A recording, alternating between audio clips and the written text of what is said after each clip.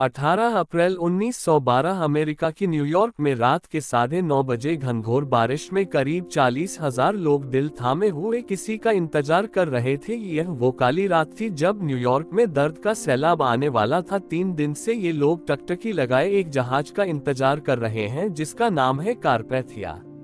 कारपैथिया जहाज अपने साथ एक ऐसी दर्दनाक कहानी लेकर लौटा था जिसको सुनकर आज भी लोगों के दिल दहल जाते हैं। एक ऐसा जहाज जो कभी नहीं डूब सकता था, आरएमएस टाइटैनिक, जिसने सैकड़ों लोगों की जिंदगियां समुद्र के हवाले कर दी। और कारपैथिया जहाज पर मौजूद है वह चुनिंदा लोग जिन्होंने टाइटैनिक के रौद्र रूप को अपनी आंखों से देखा था। यह इतिहास की वह दिल दहला देने वाली घटना थी जिसको कोई भी इंसान भूला नहीं सकता। ये घटना अपने पीछे कई रहस्यों को छोड़कर चली गई।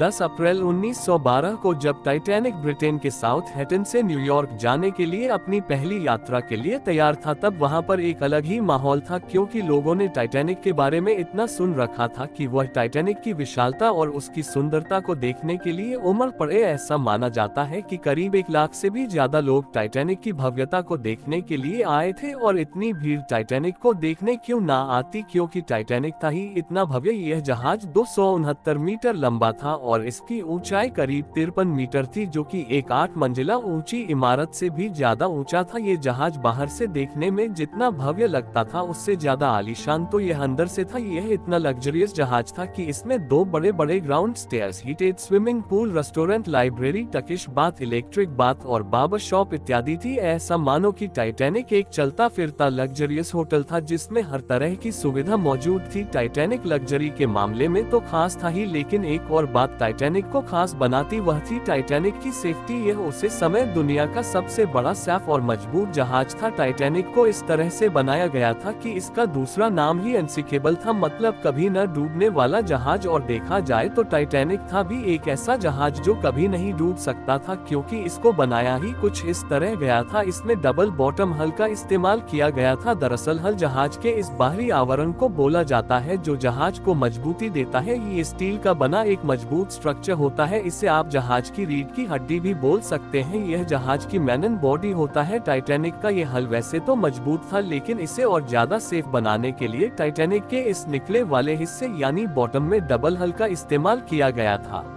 दरअसल समुद्र में कोई शिप चलती है तो इसका ज्यादातर इस निचले वाले हिस्से में किसी अंदरूनी चट्टान या अन्य चीजों से टकराने का डर रहता है। तो टाइटैनिक का डबल बॉटम हल होने की वजह से अगर इसका निचला वाला हल किसी इन्फेक्ट में टूट भी जाए तो दूसरा हाल टाइटैनिक को सुरक्षित रखेगा और इसे डूबने से बचा लेगा। और टाइटैनिक का दूसरा सेफ्टी फीचर इसे और ज्यादा सेफ बना देता है। दरअसल टाइटैनिक को 16 वाटर टाइट कंपार्टमेंट्स में डिवाइड किया गया था। दरअसल जहाज का ये निचला वाला भाग शिप का मेन पोर्शन होता है जो पानी के अंदर चलता है। अब अगर मानकर चलो कि जहाज के इस वाले हिस्से में कहीं पर भी कोई छेद हो जाए तो धीरे धीरे जहाज के अंदर पानी भरने लगेगा और कुछ समय बाद जहाज पानी के अंदर डूब जाएगा। लेकिन टाइटैनिक के इस निचले हिस्से को 16 वाटर टाइट कंपार्टमेंट्स में बांटा गया था। इससे फायदा ये होने वाला था कि अगर बाय चांस जहाज साइड से किसी चट्टान से टकराता है और उसमें लीकेज होता है तो जहाज का जो कंपार्टमेंट क्षतिग्रस्त हुआ है केवल उसी में पानी भरेगा और बाकी के कंपार्टमेंट में पानी फ्लो नहीं करेगा, जिस जहाज डूबने से बच जाएगा। और टाइटैनिक इतना बड़ा जहाज था कि अगर इसके 16 में से 4 कंपार्टमेंट्स में पानी भर जाए तो भी यह डूबने वाला नहीं था। और ऐसा होना एक असंभव सी बात थी कि इसके एक साथ 4 से ज्यादा कंपार्टमेंट्स डैमेज हो जाए, क्योंकि यह कंपाउंड ट्रस्ट बहुत बड़े बड़े थे। तो भला कोई चट्टान भी इस जहाज को कैसे डूबा सकती थी। इसी वजह से जहाज को कभी ना डूबने वाला जहाज यानी अनसिंकेबल बोला जाता था। टाइटैनिक को व्हाइट स्टार लाइन कंपनी ने करीब 3 सालों में बनाकर तैयार किया था। 2 अप्रैल 1912 को टाइटैनिक जहाज बनकर तैयार हो चुका था और इसके कुछ दिन बाद यानी 10 अप्रैल 1912 को इसे अपनी पहली यात्रा के लिए तैयार किया जाता है। इस जहाज में उसे जमाने के बड़े बड़े लोग बैठे थे। इसमें कुछ ऐसे प्रवासी भी थे जो अमेरिका जाकर एक नए जीवन की शुरुआत करने वाले थे। इस जहाज के कप्तान 62 साल के एडवर्ड जॉन स्मिथ, जो कि एक अनुभवी कप्तान थे। ऐसा माना जाता है है कि यह इनका आखिरी सफर था। इसके बाद ये रिटायरमेंट लेने वाले थे। इस जहाज पर करीब 2240 पैसेंजर और क्रू मेंबर थे। वैसे तो साउथहैम्पटन से न्यूयॉर्क पहुंचने 7 से 8 दिनों का समय लगता था, लेकिन टाइटैनिक उस जमाने का सबसे तेज चलने वाला जहाज था, तो व्हाइट स्टार लाइन कंपनी चाहती थी कि यह जहाज 6 दिनों में न्यूयॉर्क पहुंचे और लोग टाइटैनिक की भव्यता के साथ साथ इसकी रफ्तार को भी जाने। इस वजह से कंपनी की ओर से टाइटैनिक के कप्तान स्मिथ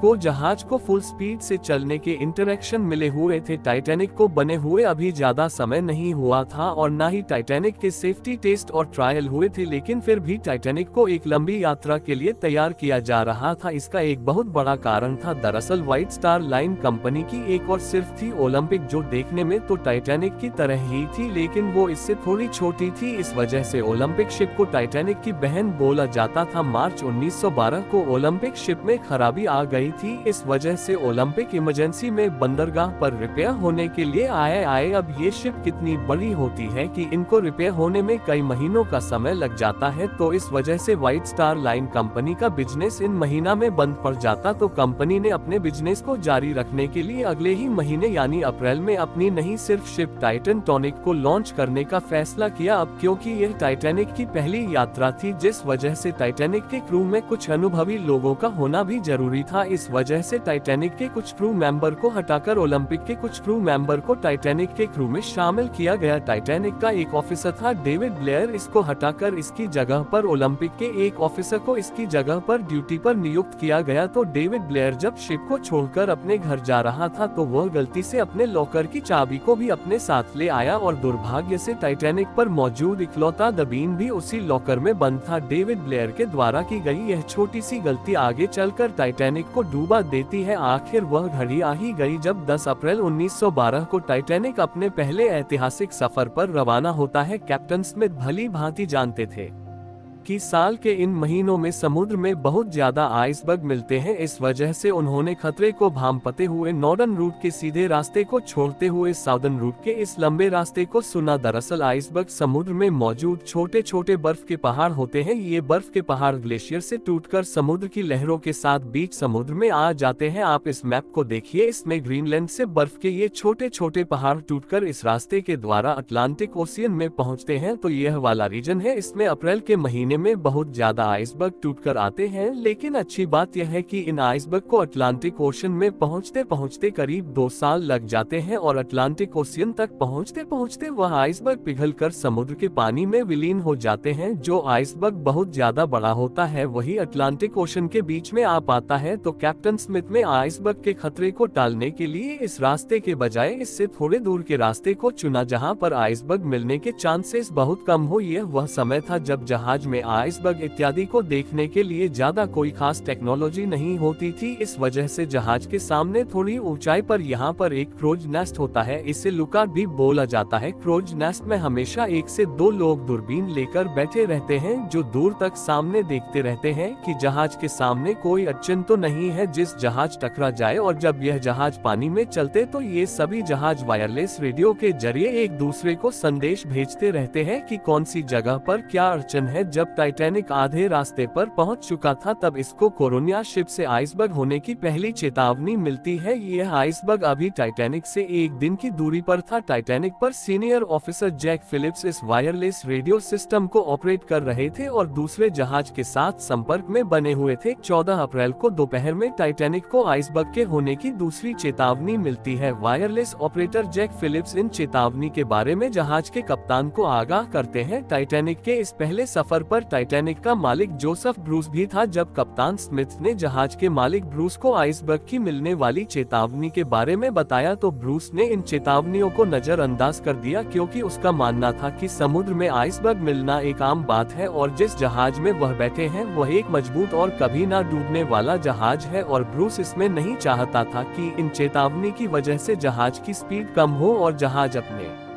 निर्धारित समय से लेट पहुंचे। इसके बाद टाइटैनिक को आइसबर्ग की 5 बार और चेतावनी मिलती है और टाइटैनिक को जो आखिरी चेतावनी मिली वह SS कैलिफोर्निया जहाज से मिलती है। रात हो चुकी थी और दुर्भाग्य से आज आसमान में चांद भी नहीं निकला था, जिस वजह से विजिबिलिटी बहुत कम थी और क्रॉज नेस्ट में बैठे लोगों के पास दूरबीन भी नहीं था जिससे वह दूर से ही सामने आने वाली अड़चन को देख पाए। टाइटैनिक अपनी फुल स्पीड 40 किलोमीटर प्रति घंटे की रफ्तार से चल रहा था और आइसबर्ग से टाइटैनिक अभी 2 घंटे की दूरी पर था। घनघोर अंधेरे में समुद्र के पानी को तेजी से चीरते हुए टाइटैनिक आगे बढ़ता ही चला जा रहा था, बिना इस बात की परवाह किए कि जिस रास्ते में अभी वह चल रहा है उसके सामने एक बहुत बड़ी बर्फ की चट्टान मौजूद है। रात के 11:30 बज चुके थे और अब टाइटैनिक आइसबर्ग से महज 6 किलोमीटर दूर था और जिस रफ्तार से टाइटैनिक चल रहा था उसे रफ्तार से यह अगले 10 मिनट में आइसबर्ग के पास पहुंचने वाला था। टाइटैनिक के क्रूज नेस्ट में 2 बहादुर लोग फ्रेडरिक फ्लीट और रेजिनाल्ड ली, ये दोनों कड़कड़ाती की ठंड और रात के काले अंधेरे में टकटकी लगाए जहाज के सामने आने वाली अड़चन को देख रहे थे। इन दोनों के लिए परेशानी ये थी कि जहां पर यह बैठे थे वहां पर ठंडी हवा का सामना करना पड़ रहा था, जिस वजह से उनकी आंखों से आंसू निकल आते। उनके पास कोई दूरबीन भी नहीं था, जिस वजह से यह ज्यादा दूर की चीजों को देख भी नहीं पा रहे थे। कम रोशनी में आंखों से ज्यादा दूर मौजूद चीजों को देख पाना संभव नहीं था। रात के 11:30 बजे क्रूज नेस्ट में बैठे फ्रेडरिक फ्लीट को दिखाई देता है कि सामने एक आइसबर्ग है। उसने बिना देर किए जल्दी से 3 बार घंटी को बजाए और तुरंत ब्रिज पर मौजूद ऑफिसर को फोन करता है और बताता है कि सामने आइसबर्ग है, जल्दी से जहाज को लेफ्ट साइड में मोड़ो। ब्रिज पर मौजूद फर्स्ट ऑफिसर विलियम ने जैसे ही इस चेतावनी को चुना उसने तुरंत एक्शन लेते हुए जहाज को रोकने के लिए फुल स्पीड में रिवर्स में इंजन को चालू कर दिया और जहाज को तेजी से लेफ्ट साइड में मुड़ने लगा। लेकिन अब बहुत देर हो चुकी थी, जहाज की रफ्तार इतनी ज्यादा थी कि इतने कम समय में रिवर्स इंजन चालू करने के बाद भी इसे रोका नहीं जा सकता था और जहाज इतना बड़ा था कि कम डिस्टेंस में एकदम इसको मोड़ा नहीं जा सकता था। काफी हद तक टाइटैनिक के रास्ते को मोड़ दिया गया, लेकिन फिर भी रात के 11:40 पर टाइटैनिक का आगे का राइट वाला हिस्सा बर्फ की चट्टान से टकरा जाता है। ये टकराव इतनी जोर से हुआ कि जहाज पर मौजूद सभी यात्रियों को इसने हिलाकर रख दिया। दुर्भाग्य से टाइटैनिक का डबल बॉटम हल किसी काम नहीं आया, क्योंकि आइसबर्ग से यह इम्पैक्ट जहाज के साइड में हुआ था जहाँ पर सिंगल लेयर ही लगी थी। अब कप्तान स्मिथ ने नुकसान की जांच पड़ताल की और जहाज में हुए नुकसान को देखा तो पता चला कि जहाज के 6 कंपार्टमेंट्स डैमेज हो चुके हैं और उनमें तेजी से पानी भरता जा रहा है। ये देखकर कप्तान स्मिथ चौंक हो जाते हैं, क्योंकि जहाज केवल 4 कंपार्टमेंट्स के भरने तक ही तैर सकता था, लेकिन 6 कंपार्टमेंट में पानी भरने का मतलब था कि जिस जहाज को अभी तक अनसिंकेबल बोला जा रहा था वह अब डूब जाएगा। टकराव को अब तक 20 मिनट गुजर चुके थे और रात के 12 बजे कैप्टन स्मिथ ने क्रू को डिस्टेंस सिग्नल भेजने के लिए कहा ताकि आसपास मौजूद कोई जहाज उन्हें बसाने के लिए आ जाए और वायरलेस ऑपरेटर जैक फिलिप्स लगातार डिस्टेंस सिग्नल भेजने में जुट गए। लेकिन दुर्भाग्यवश आसपास कोई भी जहाज ऐसा नहीं था जो टाइटैनिक द्वारा भेजे जा रहे डिस्टेंस सिग्नल को पकड़ पाए। 6 कंपार्टमेंट पानी से भर चुके थे और पानी अब डेक के ऊपर से बहने लगा। कप्तान स्मिथ लाइफ बॉटम को समुद्र में उतारने का आदेश देते हैं और सभी लाइफ बॉटम को बाहर निकाला जाने लगा। दुर्भाग्यवश उस समय टाइटैनिक पर केवल 20 लाइफ बॉटम मौजूद थी और एक लाइफ बॉटम की क्षमता केवल 65 लोगों की ही थी। 20 लाइफ बॉटम के द्वारा केवल 1200 लोगों को ही बसाया जा सकता था और जहाज पर 2200 से ज्यादा लोग मौजूद थे। हड़बड़ी में शुरुआत में जो लाइफ बॉटम उतारी जा रही थी उसमें केवल 27 से 28 लोगों को ही भेजा जा रहा था और लाइफ बॉटम को केवल आधा ही भरा जा रहा था। प्रोटोकॉल ये था कि औरतों और बच्चों को पहले लाइफ बॉटम में भेजा जाएगा। जहाज पर अभी भी कुछ लोग ऐसे थे जो यह मान रहे थे कि यह जहाज अभी डूब ही नहीं सकता और वह एकदम रिलैक्स थे। इधर जैक फिलिप्स लगातार डिस्टेंस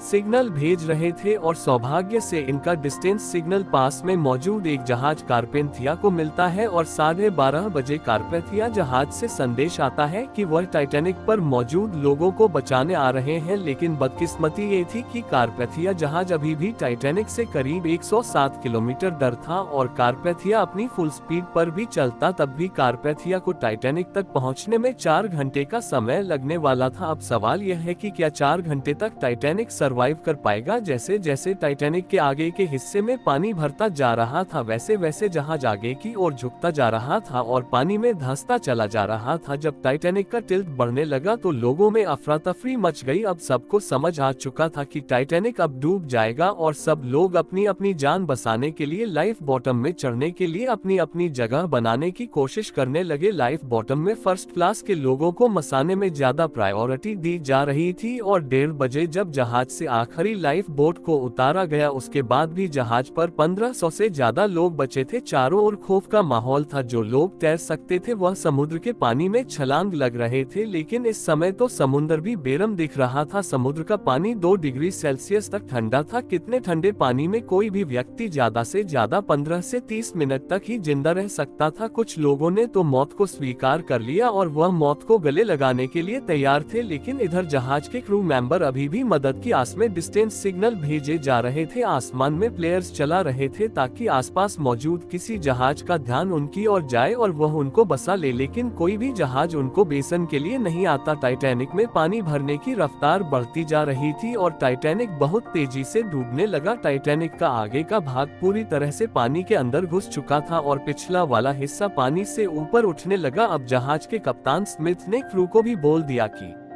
अपनी अपनी जान बचाओ, लेकिन जैक फिलिप्स अभी भी अपनी जान की परवाह किए बगैर डिस्टेंस सिग्नल भेजने में जुटे हुए थे। जब तक जहाज पर इलेक्ट्रिसिटी थी तब तक फिलिप्स उनकी मदद करने आ रही इकलौती शिप कारपेथिया से संपर्क बनाए हुए थे। कप्तान स्मिथ ने अपने जहाज को न छोड़ने का फैसला किया। जब जहाज का आगे का भाग पूरी तरह से पानी के अंदर घुस चुका था तो शॉर्ट सर्किट की वजह से जहाज पर अंधेरा छा गया। अटलांटिक ओशियन लोगों की सीख से गूंज रहा था। जहाज का पिछला भाग पूरी तरह से हवा में खड़ा था और दबाव इतना ज्यादा बढ़ गया कि टाइटैनिक 2 भागों में टूट गया और रात के 2:20 पर आरएमएस टाइटैनिक देखते ही देखते अटलांटिक महासागर की गोद में समा गया। कभी ना डूबने वाला जहाज महज 2 घंटे 40 मिनट में समुद्र की गहराइयों में चला गया। जो 1500 से ज्यादा लोग इस पर सवार थे उनमें से कुछ उसके साथ डूब गए और कुछ को समुद्र के ठंडे पानी ने मार डाला। कप्तान स्मिथ अंत तक अपने जहाज पर डटे रहे। टाइटैनिक के डूबने के करीब 2 घंटे बाद अगले दिन की सुबह में कारपेथिया जहाज बसे हुए लोगों को रेस्क्यू करने के लिए पहुंचता है और केवल 706 लोग ही इस हादसे में जिंदा बचे थे। 3 दिनों के बाद 18 अप्रैल 1912 को रात के 9:30 बजे कारपेथिया न्यूयॉर्क में पहुंचा, जहां पर 40,000 लोग तेज बारिश में कारपेथिया का इंतजार कर रहे थे। इस हादसे के बाद कई ऐसे सवाल खड़े हुए जिनका जवाब आज भी लोग खोज रहे हैं, लेकिन अब इसकी इन्वेस्टिगेशन की गई तो एक शौक आने वाली बात सामने आई। जब टाइटैनिक डूबा था तब उस पर मौजूद हर एक व्यक्ति को बचाया जा सकता था, क्योंकि टाइटैनिक से महज 37 किलोमीटर दूर एक और जहाज मौजूद था जो समय पर आकर मदद कर सकता था। यह वही एसएस कैलिफोर्निया जहाज था जिसने आखिरी बार टाइटैनिक को आइसबर्ग की चेतावनी भेजी थी।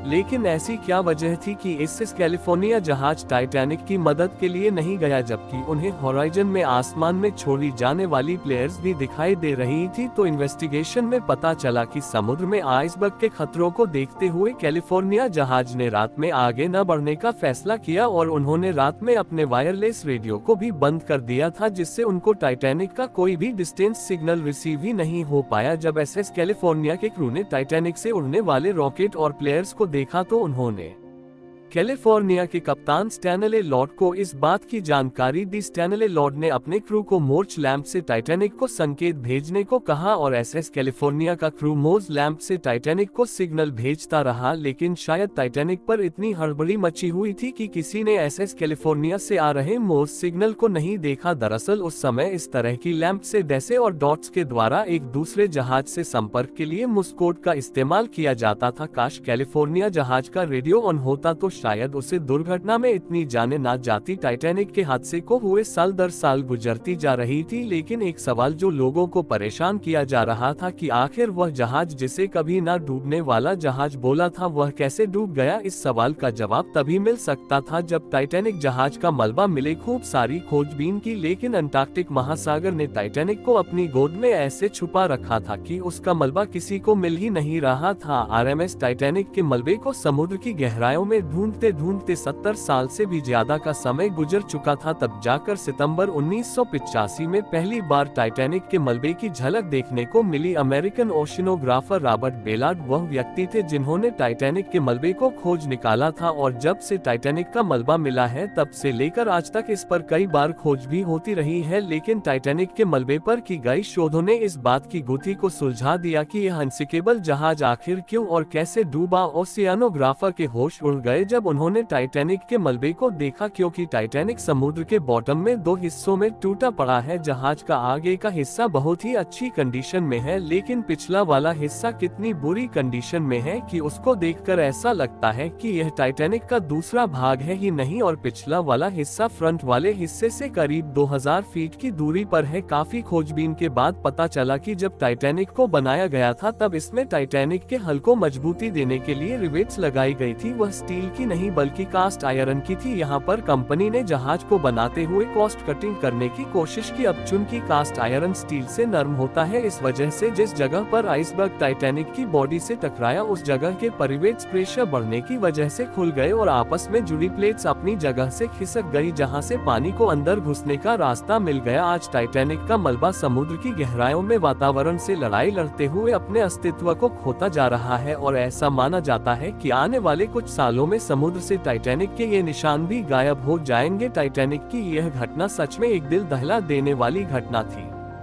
वीडियो अच्छा लगा हो तो लाइक करें, कमेंट करें और ट्रुथ इवेंट चैनल को सब्सक्राइब करें। लेटेस्ट अपडेट के लिए बेल आइकन प्रेस करें ताकि वीडियो सबसे पहले आप तक पहुंच सके। धन्यवाद।